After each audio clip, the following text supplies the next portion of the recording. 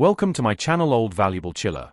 Today we are going to talk in depth about the 1967 $2 coin from the United States, a coin that has fascinated collectors, numismatists, and history lovers for decades.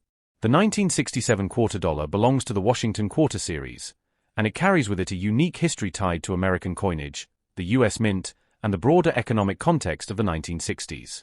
If you are interested in coin collecting, coin values, rare coins, or simply learning more about US history through coins, this discussion will provide everything you need to know about the 1967 $2 coin.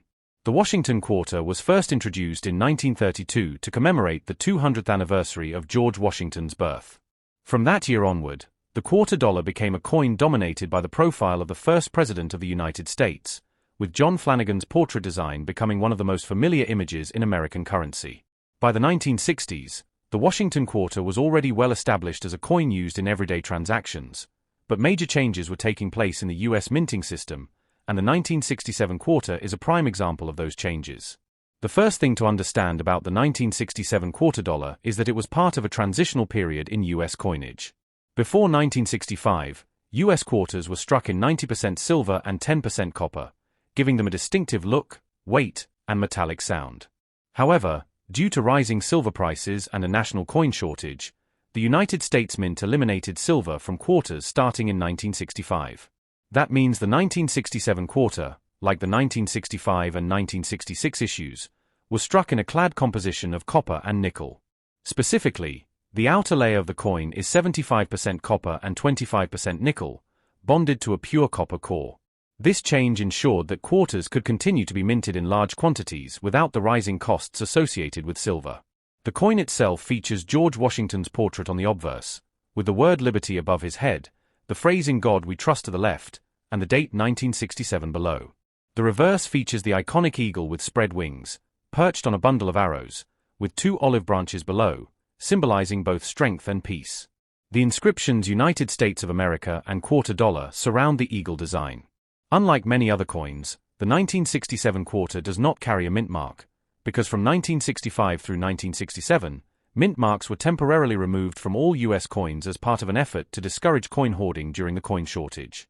This means whether a quarter was struck in Philadelphia, Denver, or San Francisco, none of the coins carried a mint mark during these years. From a numismatic perspective, the 1967 $2 is not considered rare in general circulation, because millions were produced. In fact, more than 1.5 billion quarters were struck in 1967, making it one of the higher mintage years. However, what makes the 1967 quarter interesting to collectors are the high-grade examples, coins preserved in mint state condition, and especially the coins struck as special mint sets. Since the US Mint did not produce proof coins from 1965 to 1967, they instead issued special mint sets, often referred to as SMS coins. These sets were struck with extra care, producing coins with sharper details and smoother surfaces, though they are not quite the same as proof coins. When it comes to value, most circulated 1967 quarters are still worth their face value of 25 cents, because so many were made and they contain no silver. However, uncirculated examples, especially those graded MS-65 or higher by professional grading services, can sell for a few dollars each. SMS quarters in superb condition can also bring higher premiums, especially if they display cameo or deep cameo contrasts, which are highly desirable among collectors. There are also some rare errors associated with the 1967 quarter, such as off-center strikes, double dies, or coins struck on the wrong planchette. These mint errors can be very valuable, sometimes selling for hundreds or even thousands of dollars, depending on rarity and condition. The 1967 quarter also reflects an important time in American history. The mid-1960s were a period of transition, not only in coinage but also in politics, culture, and economics. The removal of silver from circulating coins marked the end of an era in US coinage, and the clad coins became the new standard for decades to follow. Collectors today view the 1967 quarter as a representative coin of this modern clad era. If you are building a Washington quarter collection, the 1967 issue is an essential piece. It is widely available, affordable for new collectors, and historically significant. For beginner collectors, finding a nice mint state example is a good starting point. For advanced collectors, searching for high-grade SMS coins with cameo features or rare error coins can be an exciting challenge. Coin rolls from banks or estate sales may still yield hidden gems, and coin shows or auctions often present opportunities to purchase certified examples. The key to collecting a 1967 quarter dollar, or any US coin, is paying attention to condition and authenticity. Higher grade coins will always be more desirable, and certified coins from trusted grading companies provide assurance of value and legitimacy. While most 1967 quarters are common, the thrill of discovering a rare error or high-grade coin makes this issue continuously interesting for collectors. In summary, the 1967 quarter dollar coin from the United States is a clad copper-nickel Washington quarter with no mint mark, struck during a unique transitional era in U.S. coinage history. Though common in circulation, it holds significant interest for collectors because of its historical context, its role in the end of silver coinage, its availability in special mint sets, and the potential value of rare high-grade or error coins. Whether you are a casual collector or a dedicated numismatist, the 1967 quarter is a fascinating coin that tells the story of change, adaptation, and the enduring legacy of George Washington on American currency. First up today, we are going to talk in detail about the 1971 United States quarter dollar coin, one of the most popular coins collected by coin enthusiasts, numismatists, and history lovers. The 1971 quarter from the United States is a Washington quarter, struck by the U.S. Mint, and it carries an interesting place in American coinage history. This coin features George Washington on the obverse, a design that has been used since 1932, making it instantly recognizable among collectors and the general public. The 1971 quarter was minted in two main locations, Philadelphia and Denver, and both issues can still be found in circulation today. The Philadelphia mint coins carry no mint mark, while the Denver mint coins are identified by the D mint mark. Collectors often search for both versions when putting together a complete set of Washington quarters. The mintage of the 1971 quarter was very high, with hundreds of millions of coins produced, which means it is not considered rare in circulated condition. However, certain varieties, high-grade examples, and error coins can be much more valuable. The coin itself is composed of a copper-nickel clad, not silver. It is important to note that quarters minted before 1965 contained 90% silver, but by 1971 the US Mint had already switched to the copper-nickel clad composition. This means that the 1971 quarter has no silver content and its base value is equal to 25 cents. However, coin collectors and investors look at other factors, such as condition, grading, mint mark, and errors, to determine whether 1971 quarter is worth more than face value. Now, let us discuss the design of the 1971 Washington quarter in more detail. On the obverse side, the portrait of George Washington faces left, with the word Liberty inscribed above, and the motto "In God We Trust" appearing on the left side. At the bottom, you will find the date, 1971. This design was created by John Flanagan, whose initials can be found near the bust of Washington. On the reverse, the 1971 quarter features a heraldic eagle with its wings spread wide, holding a bundle of arrows in its talons, with two olive branches beneath. The words United States of America are written at the top, along with the denomination quarter dollar at the bottom. This iconic eagle design was used on quarters from 1932 until 1998, when it was replaced by the 50-state quarters program. Collectors often ask what makes a 1971 quarter valuable. The truth is, in circulated condition, most 1971 quarters are worth only their face value of 25 cents. However, uncirculated examples, especially those graded MS-65 and above, can be worth a few dollars. Proof coins, which were specially struck for collectors, are also more valuable. In addition, error coins from 1971, such as off-center strikes, double die obverse or reverse, or coins struck on the wrong planchet, can be worth significantly more. Some rare 1971 quarter errors have sold for hundreds or even thousands of dollars, depending on their rarity and demand. It's also worth noting that coin collectors pay close attention to the condition of the coin. A 1971 quarter that is bright, lustrous, and free of scratches, dings, or discoloration will naturally be more desirable than one that has been heavily circulated. Professional grading services can assign a grade to your coin, ranging from circulated grades like very good or fine, all the way up to mint state and proof grades. The higher the grade, the higher the potential value. Now let's talk about historical context. In 1971, the United States Mint was producing billions of coins to meet the growing demand of the U.S. economy. The Washington quarter was a workhorse coin, used in everyday transactions across the country, from vending machines to grocery stores.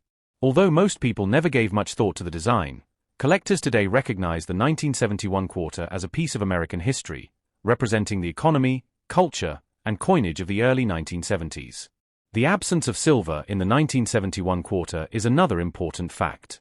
Many new collectors sometimes confuse this coin with earlier silver quarters, but all quarters from 1965 onward, including the 1971 issue, are made of copper and nickel. If you are testing your coin for silver, remember that the 1971 quarter has a copper core that is visible on the edge of the coin, which distinguishes it from the pre-1965 silver quarters. Let us also consider the popularity of the Washington Quarter series. Many people start collecting with Washington quarters because they are affordable, widely available, and cover a long stretch of U.S. history. The 1971 quarter fits perfectly into this series and is often needed to complete date and mint mark sets. For anyone wondering how to identify if their 1971 quarter is valuable, here are a few tips. First, check the mint mark. Philadelphia coins have no mint mark, and Denver coins have a D. Next, examine the condition. If it looks shiny and has no signs of circulation, it may be uncirculated and worth more. Third, look for errors such as doubling, die cracks, or misstrikes, which can bring significant value. If you believe your coin is special, consider having it graded by a professional service, as this can increase buyer confidence and maximize its market value. In summary, the 1971 United States quarter-dollar coin is a common but important part of American coinage history.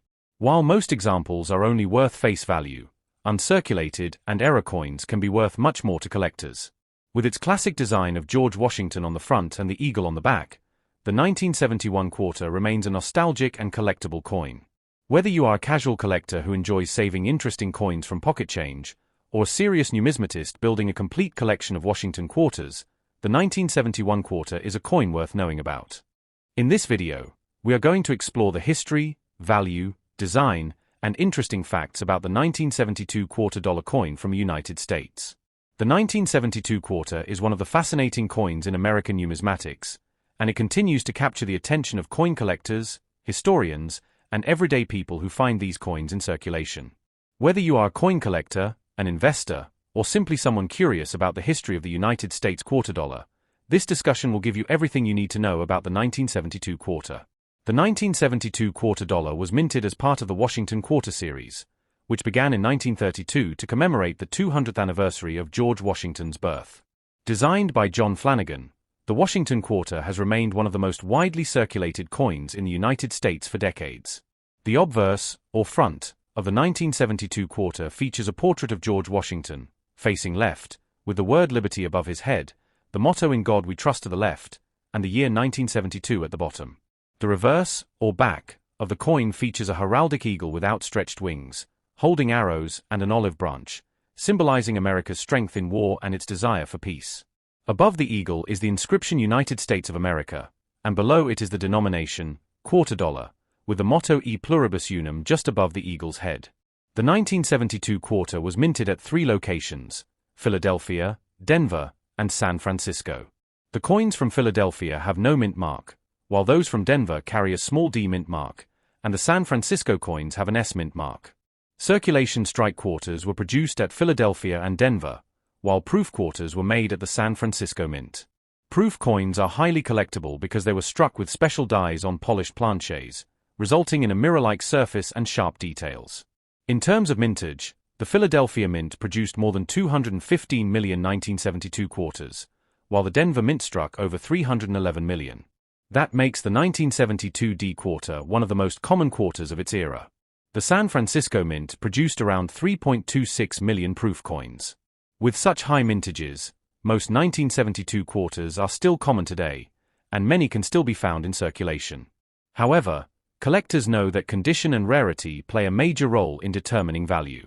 Most 1972 quarters found in pocket change are worth their face value of 25 cents. However, uncirculated examples, especially those with sharp strikes and minimal marks, can be worth a few dollars to collectors. In mint state condition, the value of a 1972 quarter can range from $1 to as much as $10 or more, depending on grade. Gem quality examples graded MS65 or higher by professional grading services can fetch significantly higher prices, often ranging from $20 to over $50. Proof coins, especially those with cameo or deep cameo contrast, are highly desirable among collectors and can sell for several dollars, with top-graded examples reaching even higher. Errors and varieties are another aspect that makes the 1972 quarter interesting. Some error coins, such as off-center strikes, double strikes, clipped planchets, or die cracks, can be worth much more than a regular coin. These minting mistakes are rare, but they attract strong demand among collectors. For example, a 1972 quarter with a dramatic off-center strike can sell for over $100. Coins with double die obverses or reverses are also collectible, although no major double die varieties are widely recognized for this year. Still, collectors carefully examine their 1972 quarters for any unusual features that might increase the coin's value. The metal composition of the 1972 quarter is another point of interest. Since 1965, quarters have been made of a copper-nickel clad composition rather than 90% silver. The clad quarter consists of a pure copper core sandwiched between layers of copper-nickel alloy, giving it the familiar silvery appearance.